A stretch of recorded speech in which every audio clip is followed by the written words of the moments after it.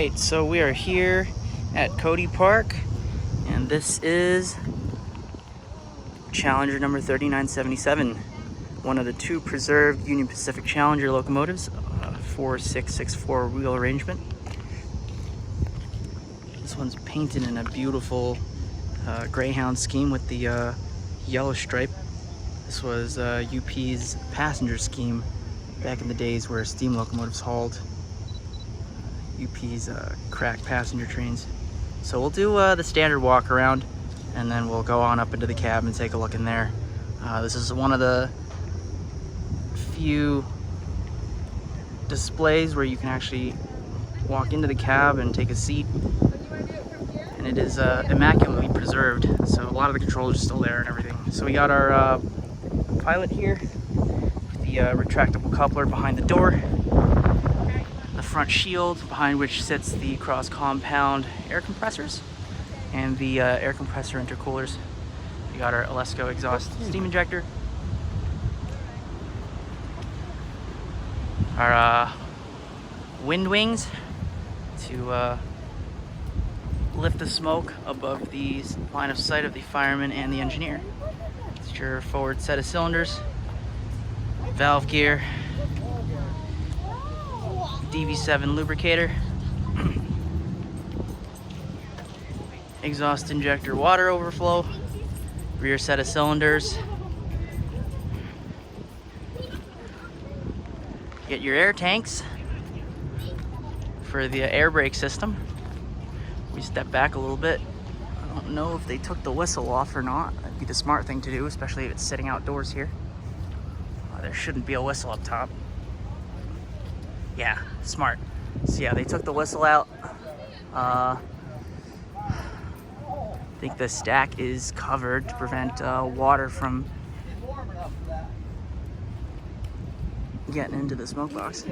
Get your two of the safety valves up top, right behind the steam dome, your two sand domes, your dynamo,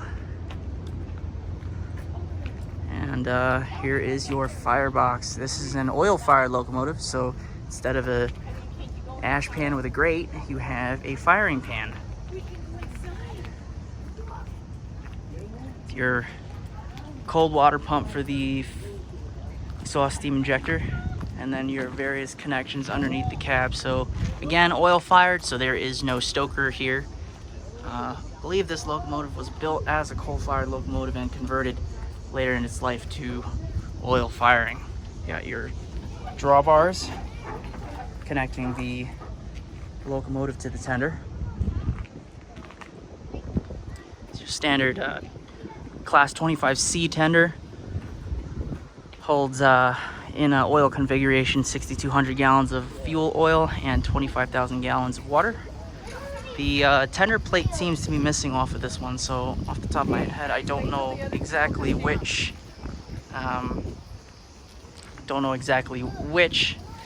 tender this is.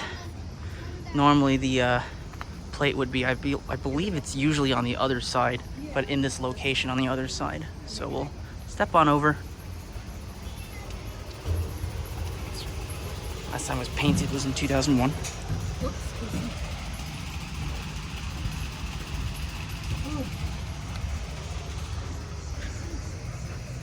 Got a water column here. That's pretty neat. Yeah, so normally that tender plate, I believe it would be right here. So it is not. So it is missing, which is a little bit of a shame, but that's fine. If I recall correctly, this should be, if this was the same tender attached to the locomotive when it was delivered, this should be, I think, 25C 30 something, possibly 304 or something like that. You nerds can go online and correct me if that's wrong. There's people in the cab right now, so we'll do a walk down of the engineer's side of the locomotive first. Got your toolboxes here. Store various different equipment. All right, here we have the water connection for the live steam injector, Nathan 4000.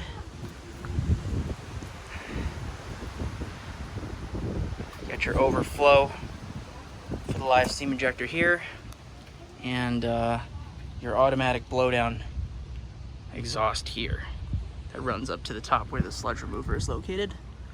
Got your brake manifold, Schedule 8 ET, as most modern steam locomotives were. Once again, other side of the tender drawbars here, you got your buffer as well. Take a look here. And obviously this is where the stoker would have come out of the tender if it was still in place here. Got someone who's trying to move the that is the knob that opens up the water regulator for the live injector. It sits just behind, actually not the knob, that is actually the handle. That is the regulator handle for the live injector there. You can see the connections here, and this triggers the priming sequence and also the actual injection of water via the live injector. So you got your engine truck,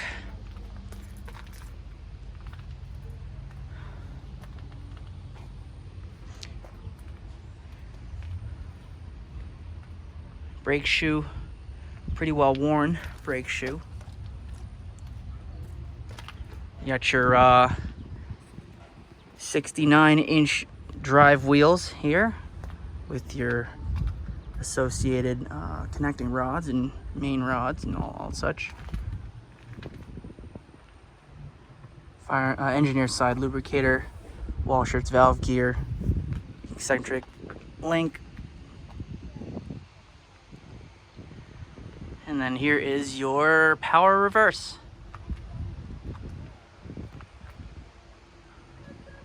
Another air tank. Forward engine unit.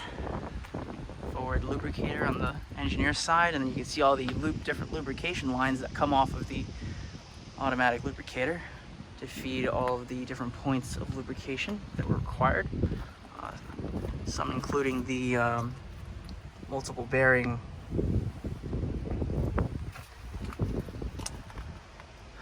crosshead here. I'll show you exactly why it's called a multiple bearing crosshead. If I can get the camera in here right, you can see it has two different levels inside here where you have two flat bearings that slide back and forth, both of which need to be lubricated. So here's your lubrication line right here. You got your piston valve and your piston itself, piston rod.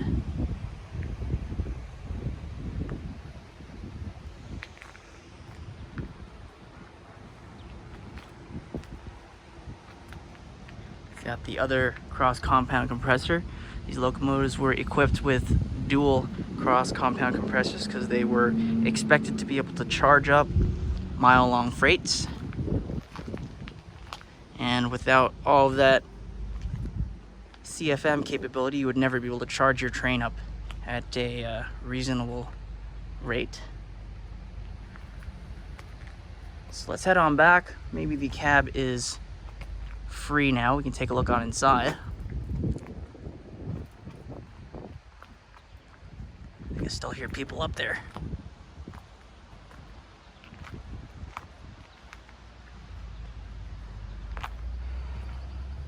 So before we do go up there, we'll take a look at these axle caps here. They say Timken on them. All modern steam locomotives rode on roller bearings, usually supplied by either Timken or SKF. All axles would be riding on roller bearings. The only thing that is not roller bearing here is probably the eccentric crank has needle bearings in it, and then the actual rods themselves are still bronze bushing.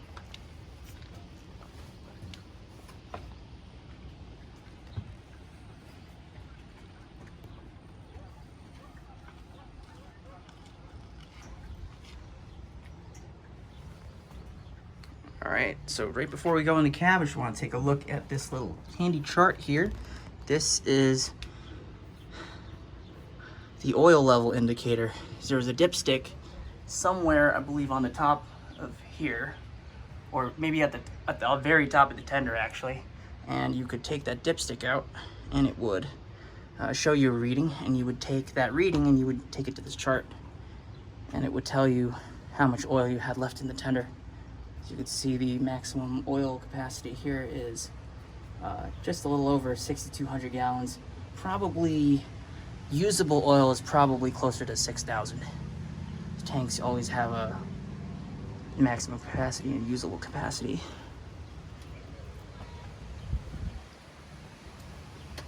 So let's pop on into the cab real quick, take a look at some of these controls here. We'll start off on the engineer's side. Hoping that wasp doesn't sting me here. That's right. Cool. Oh, yeah, there's definitely a wasp nesting here somewhere. Let these things fly out of here first. There we go. Okay. So actually, let me back up. We can actually really take a look at how big this cab really is. You can see there's room.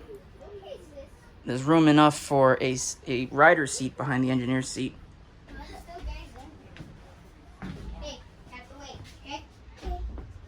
I'm going to take a break for a second.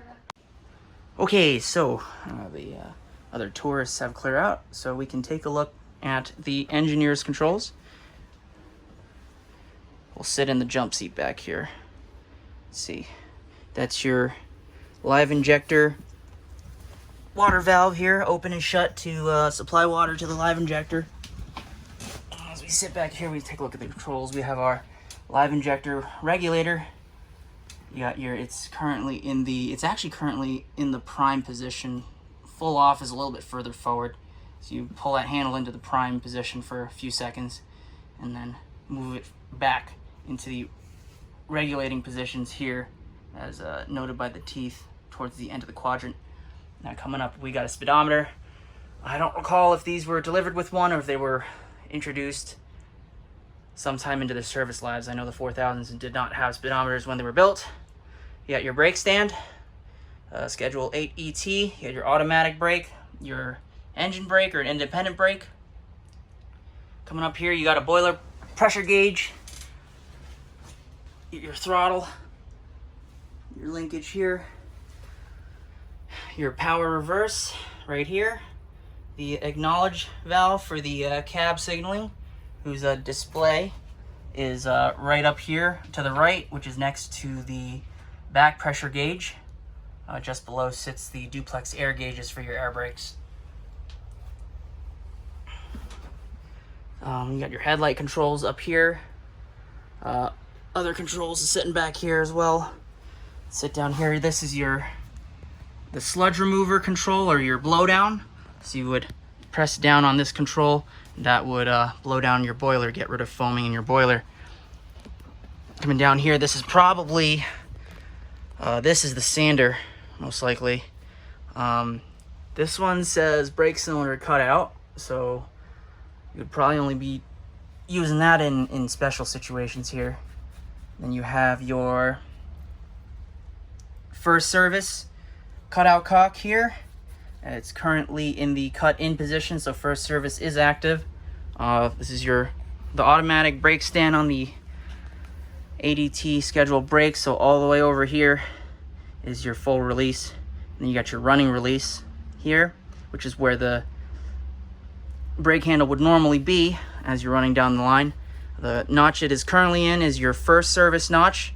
That will supply you with a reduction at the service rate, 8 pounds off the brake pipe, and then a further reduction at a much reduced rate until you have taken off 20 pounds off the brake cylinder. So if you're running, this is set to 110, but if you're running freight and you're at 90, leaving the handle in first service would eventually reduce your brake pipe to 70 pounds. Now, with the first service cutout cock in the out position, this is just another lap position here. So first service. Then you have lap, which is against this detent here. That'll hold any service brake application that you've made. And then moving over from lap, this is your service position. That will open up the valve to vent air out of the brake pipe and give you a service brake application. Any further over, and this is going to be, that's emergency. That will completely dump your air and initiate an emergency brake application. You got your independent brake here, pretty straightforward. It's all seized, doesn't want to move. So we got our, all the way over, we have our quick release, we have our running release, in the middle we have lap, and then we come into apply, and then quick apply. So, much simpler operation than the automatic brake valve here. Let's look here. We have our cylinder cock controls here. Lefty loosey, righty tighty, of course. And then next to the cylinder cock, we have our clamshell smoke hood valve here. So I would assume all the way left would open up the air supply to the cylinders that would raise the clamshell hoods, and all the way right would vent the cylinders and drop the hood. Now the clamshell hoods obviously can't be seen from here, but they were used in tunnel operations to prevent the exhaust from destroying the tunnel roofs. Speaking of exhaust, let's go back to the back pressure gauge here. Operating rules stated that you really didn't want to run these locomotives higher than about 14-15 pounds back pressure. Oh, sorry. Hey.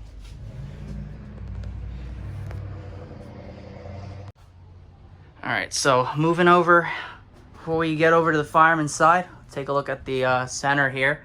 We got our water columns and our sight glasses and our sight glass and water column blowdowns and your tricocks, so you could make sure that the water level is reading true in the glass. Standard procedure level track, you wanted to maintain about half a glass of water here. The grade is going to change that. Moving towards the middle here, you have a little plaque. This shows you the highest point of the crown sheet, which is typically about 6 or so inches from the bottom of the sight glass here.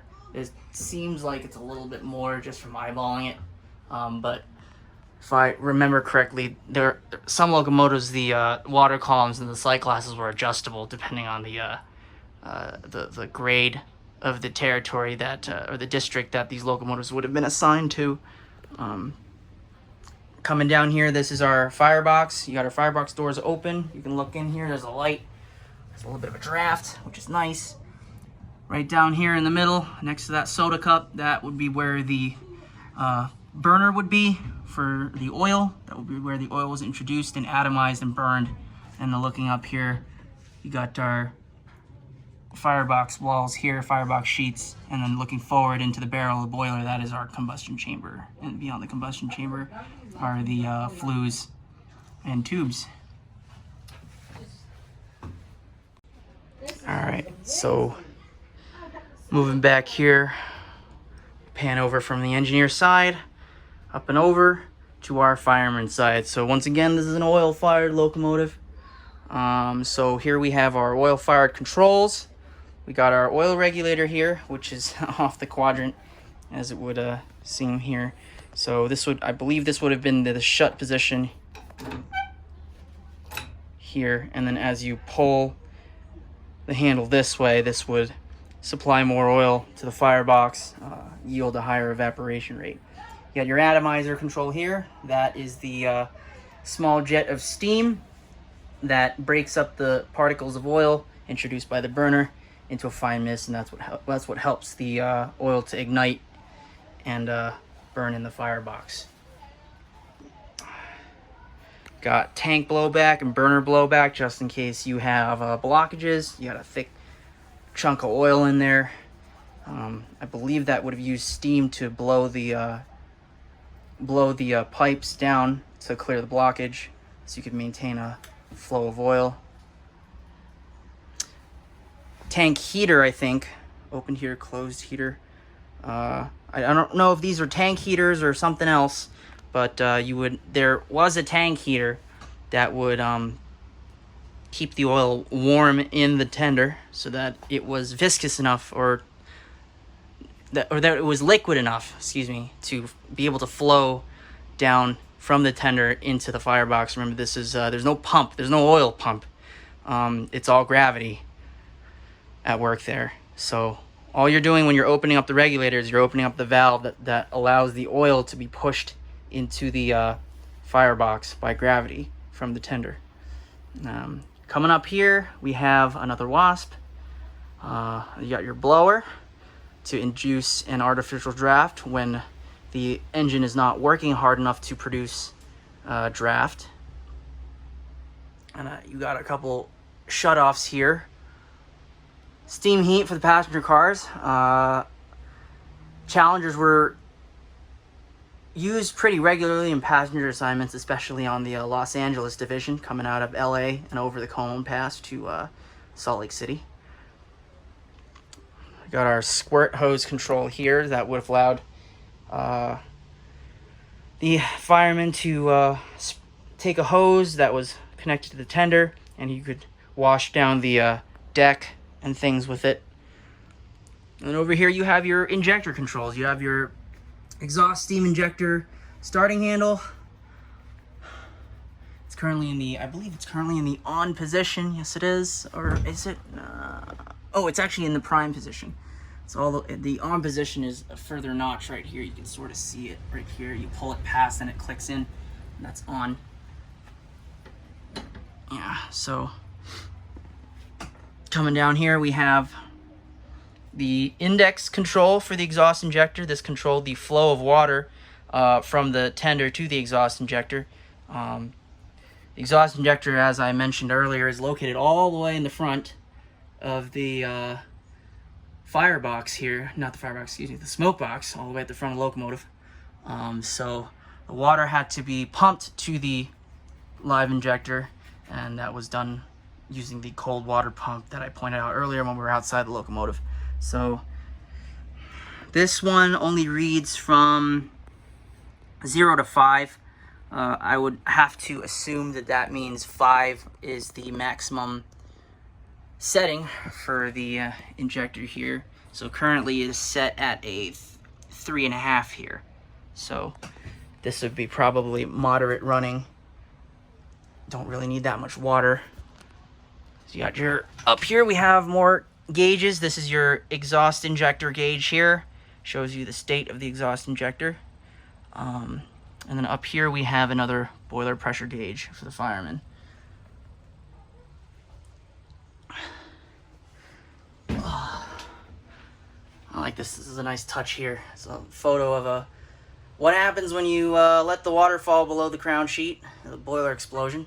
Because once the water falls below the crown sheet, it is exposed to the steam, and the crown sheet will melt. So the water actually keeps the crown sheet integrity high, so that the crown sheet doesn't melt and explode into the firebox.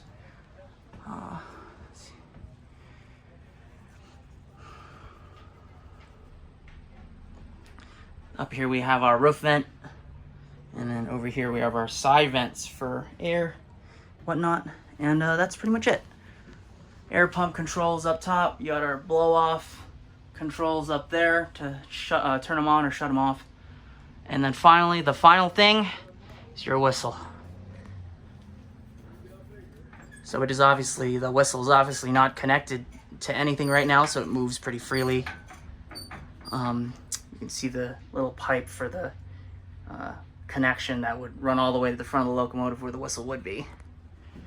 And yeah, so that is the Challenger. The big boy, slightly different, a little bit more modern since they've rebuilt it, but same general layout. Forgot to mention that apparently the bell is down here on this locomotive.